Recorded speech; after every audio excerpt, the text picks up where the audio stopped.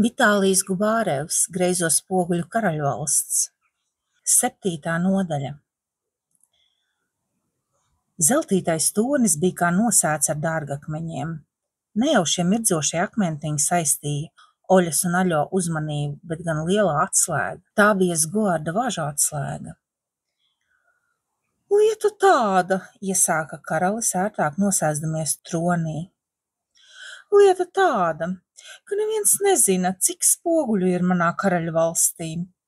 Šodien tu, manu paž, palīdzēji man atrisināt vienu daļu uzdevuma.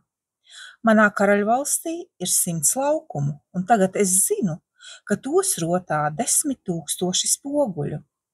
Bet spoguļi taču neatrodas tikai laukumos vien. Tie ir arī pilī, uz ielām un manu pavalstnieku mājās. Katrs karalis grib ar kaut ko kļūt slavens un padarīt savu vārdu nemirstīgu. Vai tu paž apjēdz kādu majestātisku uzdevumu man pienākas atrisināt?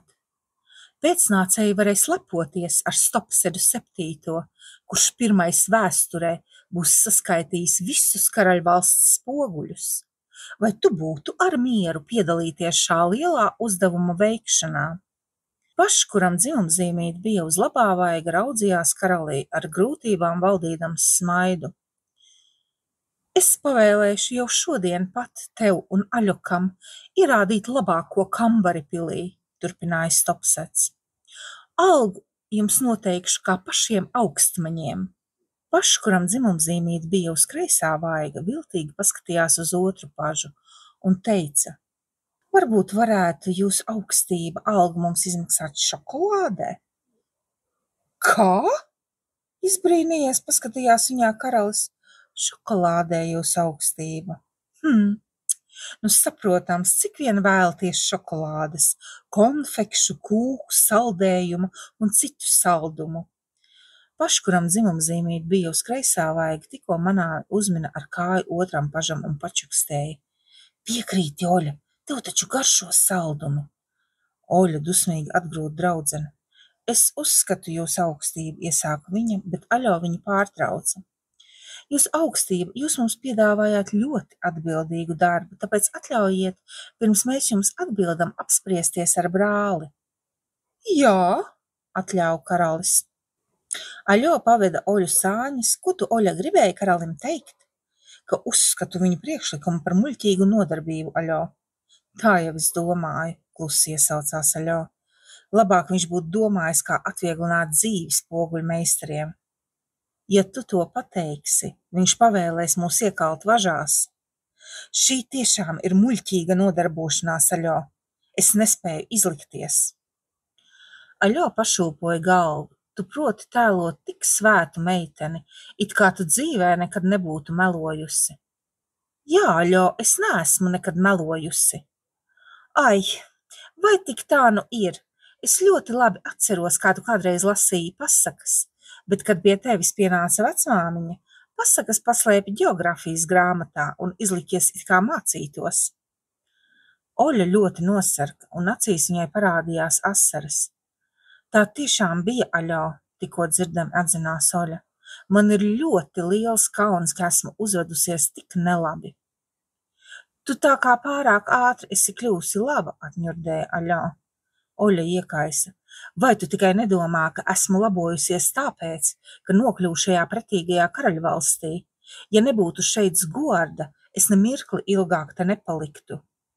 Savādi, līdz ko tu pārkāpi brīnuma spoguļu rāmi, tu esi kļūsi pavisam cita meitene. Tāpēc, ka es redzēju tevi un... Tas ir, tu gribēji teikt, ka redzēju pati sevi. Nu, lai arī redzēju pati sevi, tāpēc, ka es redzēju tevi, tas ir sevi, un man palika kauns. Bet kā gan mēs izglābsim Zgoardu, domīgi ierunājās Aļo. Ej, paži, meitenes izdzirdēja Stopseda balsi, jūs par daudz ilgi apspriežaties. Es pieņemu jūsu augstības priekšlikumu ar vienu noteikumu, teica pašs ar dzimumzīmīti uz labā vaiga. Tu iedrošinies uzstādīt man noteikumus? Gluži niecīgu noteikumu, jūsu augstība, un tas jau jums nekā nemaksās. Es klausos, paž. Nāves turnī ir ieslēgts kāds mazs zēns no spoguļu darbnīcām vārdā Zgorts. Rīt agrumā viņam izpildīs nāves sodu. Es lūdzu jūsu augstību apžēlot šo nelaimīgo. Stopsets 7. uzlēca kājās. Viņa zivs acis iegailējās niknumā. Tu jaucies manās darīšanās, paž, atgaiņājās viņš ar īso roķeli. Tavu iedomu dēļ es nevaru apžēlot noziedzniekus. Esmu daudziem viņiem licis izpildīt nāves sodu. Es nicinu visus šos spoguļmeistarus. Un kas nu viņš par noziedznieku, jūsu augstība? Viņš ir nespēcīgs izmocīts puisēns. Nezinu, tādi sīkumi mani neinteresē. Es ticu tam, ko man ziņo mans ministrs Silkvārks. Oļa, atcerēdamās krustmāca Ābala teikto, dedzīgi iesaucās. Es dzirdēju, ka Silkvārks domājot tikai par to, kā visvairāk apspiest tautu un ciešāk piebāzt savas kabatas ar zeltu. Silkvārks ir spoguļu darbnīcu īpašnieks, jūsu augstība, un tajā pašā laikā ministrs, tāpēc viņš arī izdomā tādus likumus, kas pašam izdevīgi. Karalis neusticīgi palūkojās uz pažu. Kur tu to visu dzirdēji? Varbūt tu, paž, man pateiktu, kā sauc to pilsētu, kurā tu augi? To pilsētu sauc... Oļai no uztraukuma dega vaigi. O, tā ir lieliska pilsēta, jūsu augstība. Karaļa seju izķēmoja niknuma grimase. Viņš nolēca uz parketa un viegli gāzelēdamies kā pīle skraidīja pa troņa zāli. Es piesaku jūsu pilsētai karu. Vai dzirdi? Man ļoti patīk karot, paž. Ieraudzījis paža acīs smaidu, karalis pēkšņi apstājās. Kāpēc tu paši smaidi? Es atcerējos kādu pasaku, jūsu augstība. Kādu pasaku? Es nezinu nevienu pasaku. Šajā pasakā stāstīts par ziloni un šuneli, jūsu augstība. Nu, kas tur notika? Kādreiz pa ielu gājis zilonis, un pēkšņi tam uzbrucis mazs šunelis. Tas ir bijis drosmīgs šunelis. Bet zilonis tik gājis un nepievērsis uzmanību šuneļu vaukšķēšanai. Muļķis suns būtu zilonim iekodis. Tad zilonis viņu samītu, jūsu augstība. Nesaprotu, kāpēc tu, paž, man pļāpā par suņiem, kad es runāju par karu. Karš vairo slavu un mantu. Karš atnes bēdas un postu. Visi cilvēki, izņemot pašus ļaunākos, vēlas dzīvot mierīgi. Es noteikti pieteikšu karu jūsu pilsētai, vēl skaļāk iekliedzās karalis. Bet tas būs karš starp šuneli un ziloni, sirdīgi noteica Oļa. Kā, nekā nesaprotu. Bet tad strīdo iejaucās Aļo. Jūsu augstība, mēs novirzījāmies no galvenā, no spoguļiem.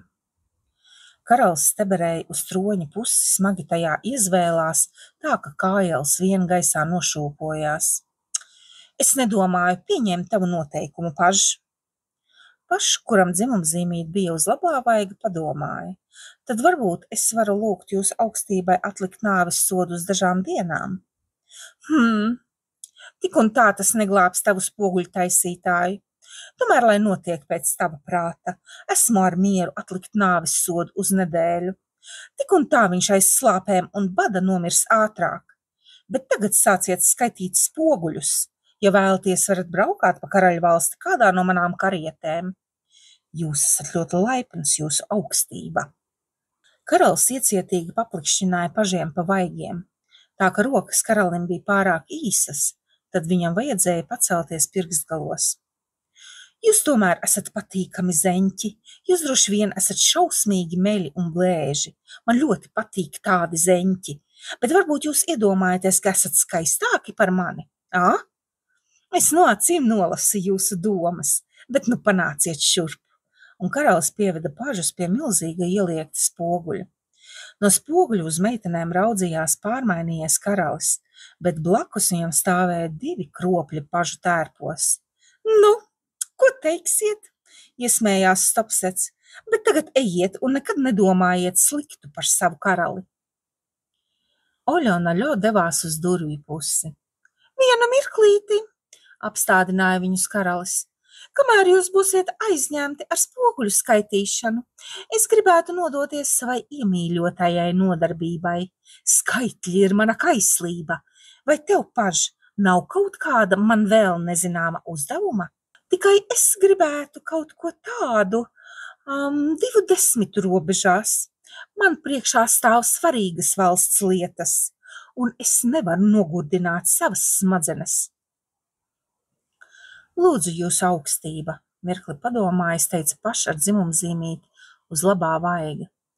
Kāds muļķis 2 dienas skaitīs un nekādi nav varējis saskaitīt 18 spoguļu. Pagaidi, pārtrauca karalis un aizdomīgi pablēnza uz Pažu. Spoguļus skaitīju es? Kāpēc tu teici muļķis?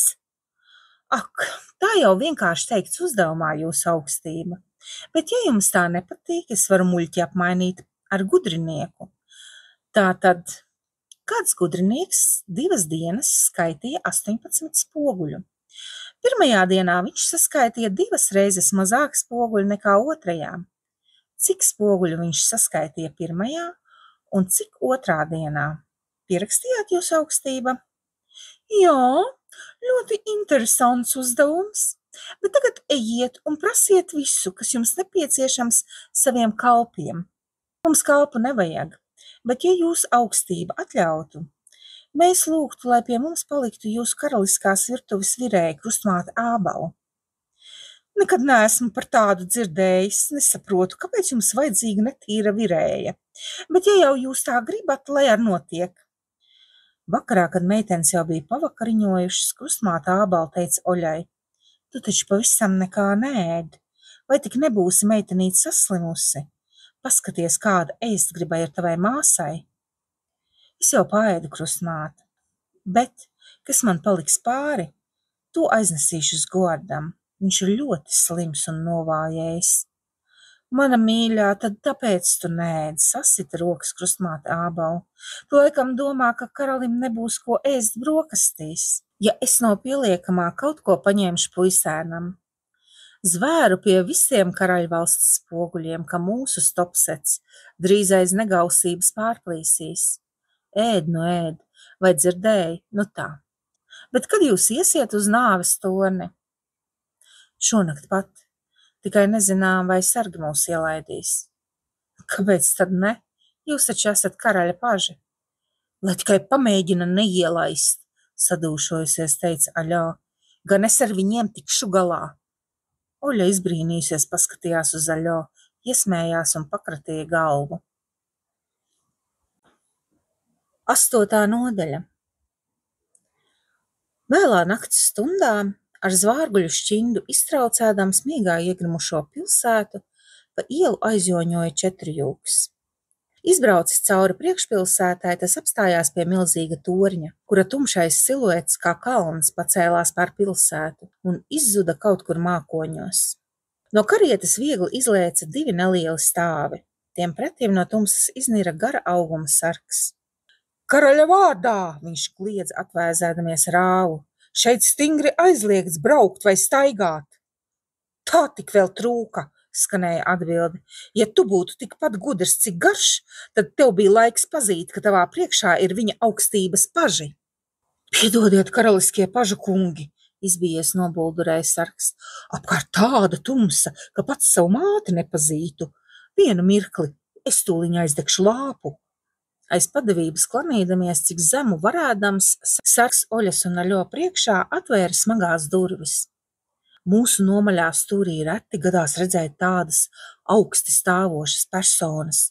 Tikai viņa karaliskās augstības galvenais ministrs Silkvārks mūs apmeklē, turpināja taisnoties sargs. Lūdzu, neklanieties tik zemu, sargam aizrādīja Oļa. Vai Silkvārks jūs bieži apmeklē? Viņš ir klāt katreiz, kad izpilda nāves sodu. Kāpēc? Vai tiešām viņam interesē to redzēt? Vai tad jūs to nezināt? Sargs apskatījies apkārt, piebilda klusā balsī. Viņš pats vienmēr dod pēdējo komandu. Viss dreb, acis pielīst asinīm, kā gan ne, tak jau plēsoņu suga. Dažreiz viņam pietiek tikai paskatīties uz ieslodzīto, un tas pats nolec no torņa. Jūs jau droši vien zināt labāk par mani, ka viņa skatienu neviens nevar izturēt. Meitenes klusēdams saskatījās. Ātrāk augšā, pačukstēja Oļa un satvēra Aļo aiz rokas. Vītņu kāpņu pakāpieni skanīgi atbalsojās zem meiteņu soļiem. Pēc mirkļa viņas jau atradās pilnīgā tumsā. Man bail, Oļa, pačukstēja Aļo. Iesim atpakaļ. Uz priekšu, Aļo, uz priekšu.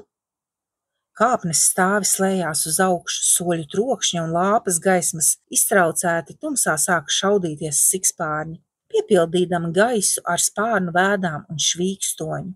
Daži sikspārņi šāvās garām tik tuvu, kā ar glumiem neredzamiem spārniem aizskāra meitenes. Oļukiņa mīļā, iesim atpakaļ! Nekādā ziņā!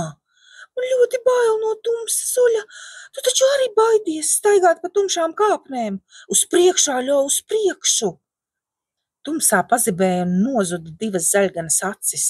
Kaut kas mežonīgi iesmējās, pēc tam ieraudājās un pa vītņu kāpnēm atskanēja nepārtraukta atbalsts, atkārtodam šās drausmīgās skaņas.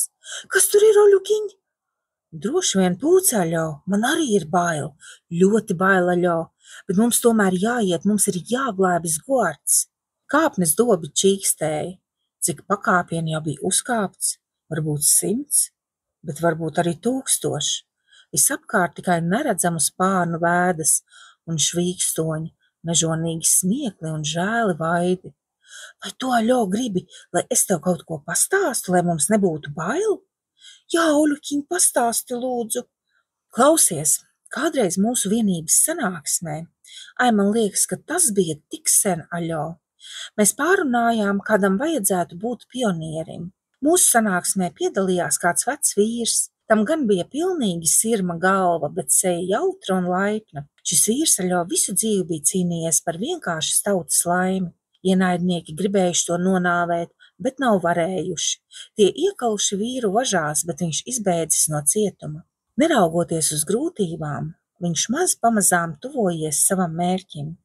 Mums viņš teica, ka katram cilvēkam dzīvē vajagot iecerēt skaistu mērķi. Uz šo mērķi, Aļo, vienmēr vajagot tiekties, lai cik tas arī grūti nebūtu. Pēc šā vīra aiziešanas mēs sacerējām dziesmiņu par mūsu vienības karodziņu.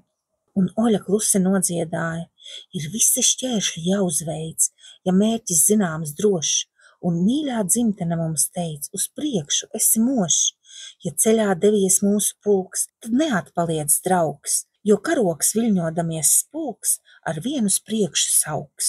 Kā ausmas sārtums agrīnais pār galvām deg tā zīds, un plīvodams tas lepni kaist un aicina sev līdz, bet katram krūtīs straujāk sit, mums jauna karsta sirds, un ceļš jo līksmi tālāk rit, kad karoks saucot mirdz. Mēs stingrās rindās soļojam, kā tēvi reiz tāpat, un dzirdam ļaudis runājam, ir krietns jūsu acs.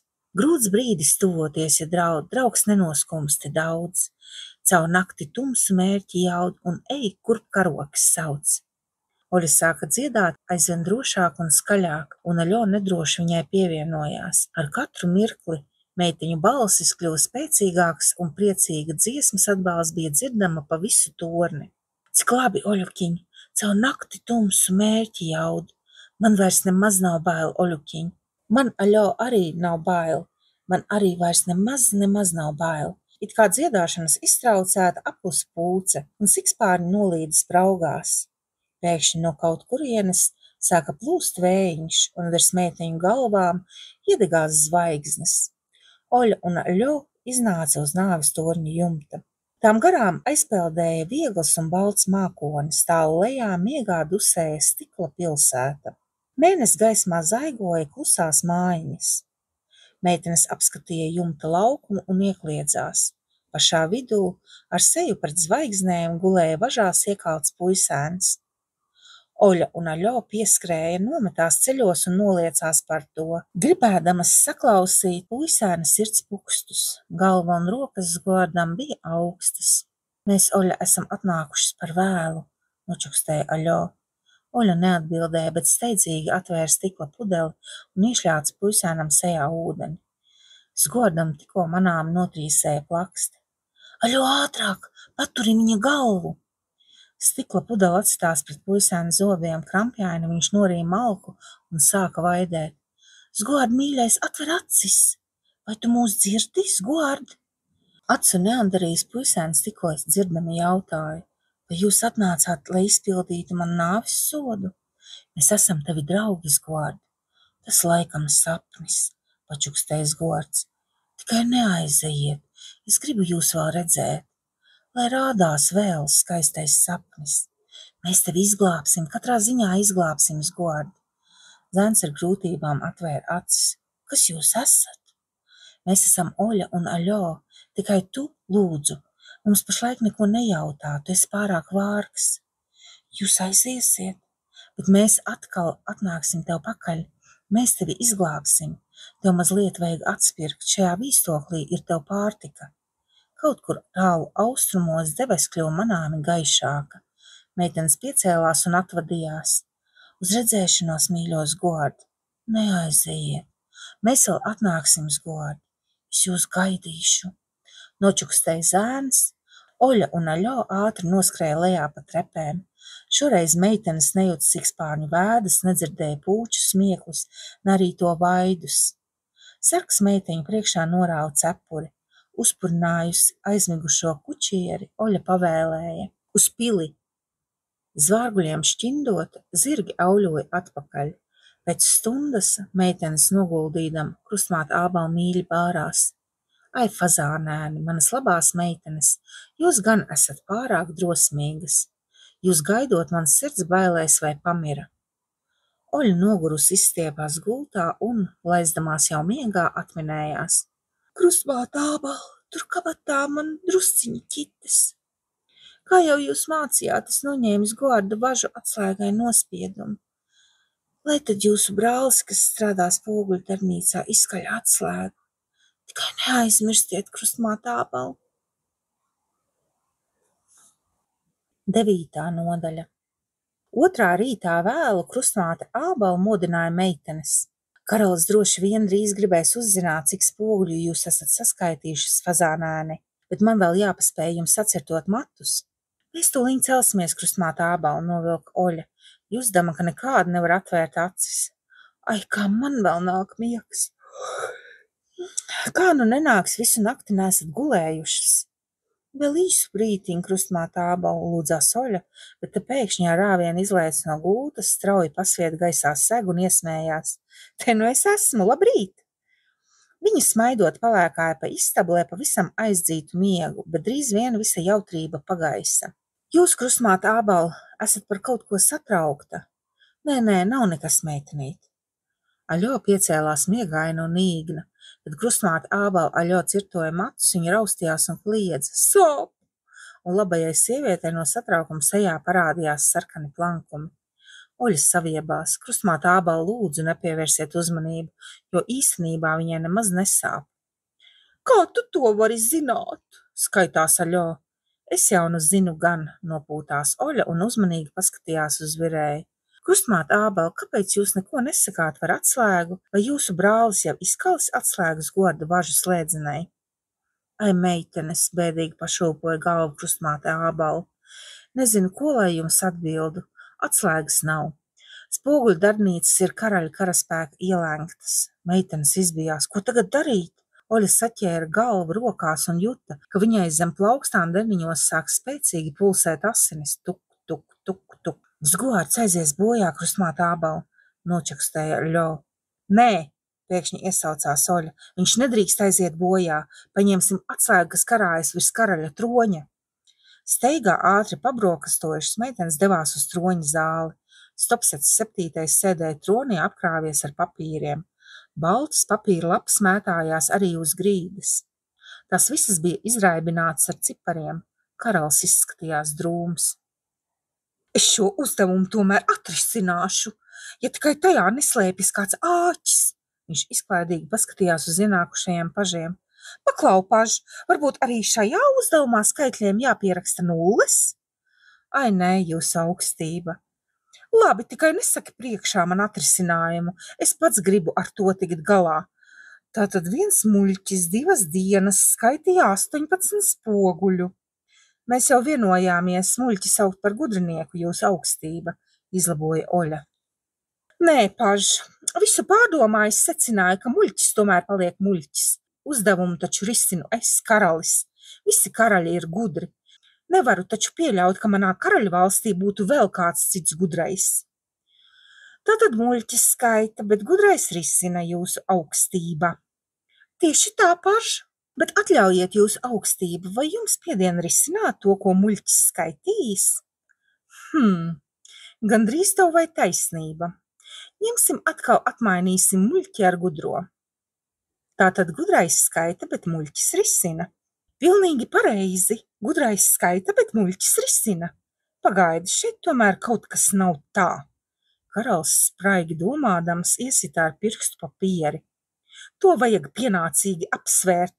Pagaidām atliksim uzdevumu. Vai jūs jau esat sākuši skaitīt spoguļus? Jā, jūsu augstība. Un daudz esat saskaitījuši? Vai daudz? Pārjautāja Aļo un ātri piebilda. 418,729. Malači! Karalis nedaudz pacēlās un saberzēja rokas. Turpiniet vien savu svētīgo darbu, mani paži. Durvīs parādījās Sulainis. Jūs augstība, jūs grib redzēt galvenais ministrs. Viņš ziņoja zem paklanīdamies. Lai ienāk, atļāva karalis un viņa sejā iegūla garlaicība. Meitenes atkal redzēja silku-arku. Tāpat kā iepriekš, Oļa no viņa skatiena sarāvās, jūsdama, ka viņu visu pārņem pretīgums un bailes. Cik drausmīgas acis, nodomāja meitene, un šis līkais kraukļa knābiem līdzīgais deguns.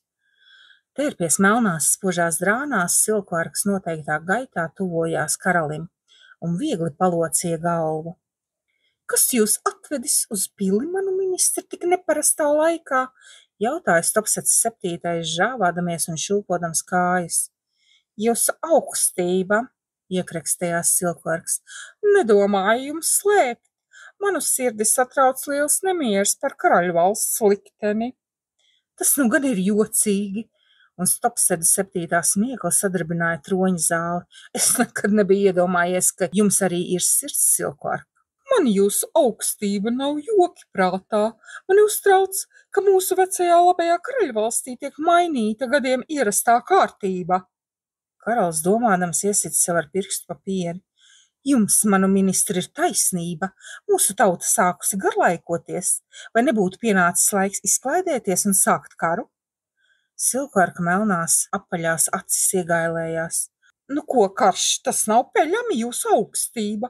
Es savās darbnīcās pārtraukšu taisīt greizos spoguļus un sākšu kalt ieročus. Karš vienmēr dod peļņu. Jūs pārtrauksiet taisīt spoguļus? Sarauca pieri karalis. Man uz greizos spoguļus? Ieročus kalt ir daudz izdevīgāk, jūsu augstība. Nē, manu ministri, to es nepieļaušu. Karalis nolēc no troņa uz parketa un sāk skraidīt pa zāli. Oļa silku-arka acīs pamanīja ārkārtīgu niknumu. Tiešām, kā gan var pārtraukt spoguļu taisīšanu, turpināja Stopsets 7. vicinādams roku. Es drīzāk pavēlēšu pārtraukt ražot drēbes vai vēl ko citu. Silku-arks nepacietīgi paraustīja plecus. Es jūsu augstība. Uzskatu, ka to mēs vēl paspēsim pārunāt, bet šoreiz es ierados pie jums citā, pie tam neatliekamā lietā. Paskaidrojiet man, silku-ark, kas šī ir pa lietu? Kāpēc atlikta nāves soda izpildīšana spoguļtaisītājiem godam? Jautāja silku-arks ar acīm urvdamies karalī. Tāda bija mana griba, nevērīgi atbildēja karalis. Aiz bailēm stingdama Oļa redzēja, kā apmulsumā sāka šaudīties karaļa zivs acis. Jūsu griba? Jautāja vīrs ar krauklim līdzīgos seju niknumā vīstīdamas dūres. Jā, oi, silku-ark, neskatieties uz mani. Ak, pat galva reipst, taču neskatieties, silku-ark, uz mani. Jūsu augstība, ķērca silku-arks, iedams virsū karalim. Man liekas, ka jūs esat pārāk ātri aizmirsis savas cilts vēsturi. Ko? Ko jūs gribat ar to teikt, silku-ark? Pie visām miesām drebēdams murmināja karalis, spiezdamies troņa zāles kaktā un ar plaukstu aizsegdams acis. Lai kļūtu karaliene, jūsu vecmāmuļa pavēlēja nonāvēt savu māsu, bet jūsu vectēvs viņai atņēma troni un nogāz to karalieni ieslodzīja cietoksnī. Siekalām šļakstot ķērts Silkvarks. Jūsu tēvs pavēlēja nonāvēt jūsu vectēvu, lai tronī noturētos 2 gadus, tikai 2 gadus. Jūs droši vien atminaties kādu rītu, atrada viņu gultā mirušu. Pēc tam tronī nāca jūsu vecākais brālis. Viņš pārāk maz ievēroja savu ministru vēlēšanos, un jūs, protams, labi atminaties, kas notika ar viņu. Viņš izbrauca kalnos un nogāzās bezdibenī. Pēc tam troni ieguvāt jūs. Jūs kronējot, mēs cerējām jūsu augstība, ka jūs nekad neaizmirsīsiet savu priekšteču bēdīgo galu. Jūsu augstība neaizmirstiet, ka jums ir jaunākais brālis, kurš varbūt gaida, lai... Pagaidiet, stostīdamies pārtrauc Silkvarku karalis. Kas man jādara? Pirmkārt, retāk lietojiet vārdus, tāda bija mana griba. Lai tā kaut kādā veidā nenogāstos bezdibenī jūsu augstība. Labi. Atcerieties, ka jums nav nekādas savas gribas. Nu jā, murmināja karalis. Mēs atļāvām jums uzkāpt tronī. Mēs, Silkvarks, Sipurks un pārējie karaļvalsts bagātnieki. Jums jāizpilda nevis sava, bet mūsu griba. Šodien spoguļmeistari līdz nāvei iekāvuši manu galveno uzraugu. Vainīgos tā arī neizdevās atrast. Tie visi ir sazvērējušies pret mani un varbūt arī pret jums, jūsu augstība. Tos var savaldīt vienīgi iebiedēšana. Un šādā laikā jūs atliekat nāves sodu spoguļtaisītājam uz godam? Labi, lūdzu, sodiet viņu, izdzirdēja meitenes karaļa vājo balsi, jo pašu karali no meitenēm zāles stūrī aizsedza Silkvarka melnā mugura. Aļo, atslēgu, pačukstēja Oļa. Aļo apņēmīgi uzlēja savu stroņu, paķēra atslēgu un ievāza to kabatā. Parīt mēs paziņosim par Zgorda nāves sodu. Parīt mēs viņu nometīsim no torņa, turpināja ķerkt Silkvarks. Visiem būs jānoskatās nāves soda izpildīšana šim spoguļtaisītājam. Labi, manu ministru, tūliņas parakstīšu pavēli. To jūs nedrīkstat darīt, pārsteigdam pati sevi pēkšņi iekliedzās Oļa. Ministrs pagriezās un Oļas acis sastapās ar drausmīgajām Silkvarka acīm. Viņa juta, ka no bailēm sastingst. Oļa, beigsim! Gandrīz bez balss iesaucās Aļo. Oļa pagriezās un metās ārā no troņa zāles. Aizturēt! Viņām aiz muguras ieķērcās Silkvarks. Pie durvīm Oļu mēģināja saķert vecais kalps, bet tas paslīdēja un izstiepās uz parketa visā garumā. Meitenes lielā steigā traucās cauri neskaitāmajām zālēm un pils gaiteņiem. No kolonnas uz kolonnu, no vienām kāpnēm uz otrām, līdz beidzot arī krustmātes ābala kambarītis bija sasniegts. Karieti, krustmāte ābala, ātrāk karieti, mums ir atslēga! Kariete jau ir pie lieveņa, meitenes, pasteidzieties! Laiks negaida, tikai kučieri neņemiet līdzi, viņš var kaut ko nojaust. Palieciet sveiki, fazānēni! Dzīvojiet veseli, dārgā mīļā krustmāte ābala! Meitenes sirsnīgi noskūpstīja veco sievieti un atkal aizskrēja pa pils neskaitāmajām zālēm. Pie lieveņa viņas tiešām jau gaidīja karieti. Kučieri! Iesaucās Aļo, palieciet šeit, mēs pašas gribam vadīt zirgus. Kučieris apjucis skatījās uz pažiem, bet kā tad tā? Viņa karaliskās augstības paši vadīs zirgus? Kāpēc gan ne? Tā nav pieņēmts. Kāpēc? Padomājiet paši, pažu kungi, tādi ievērojami cilvēki un piepeši sēdēs uz bukas. Es nemīlu atkārtot pavēles. Paši, kuram dzimumzīmīte bija uz kreisā, vajag piecirta kāju. Kučieris nolēca no bukas un atdeva viņai grožus. Iešķindējās pakavi un kariete strauji traucās uz priekšu. Sargi plaši atvēra vārtus un izbrīnā noskatījās pakaļ aizjoņojošai karietei. Kā viņas steidzās, gar acīm zibēja daudzkrāsainās mājas. Aļo, dod man atslēgu! Tūliņ! Aļo brīdi parakņājusies kabatās pēkšņi iešņupstējās. Oļa sastinga. Kas noticis, Aļo? Nebiedē mani! Oļa, Nu, kas ir? Oļa, atslēgu esmu pazaudējusi. Pazaudējusi? Kur, kad? Nezinu. Ai, aļo, ko tu esi izdarījusi? Oļa krampjaini sažņaudza grožus. Nē, es pati esmu pie visa vainīga. Tu taču esi tikai mans spoguļattēls. Es pati daudz ko bieži zaudēju.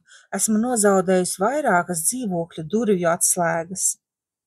Bet zirgi traucās arvien tālāk un tālāk uz priekšu.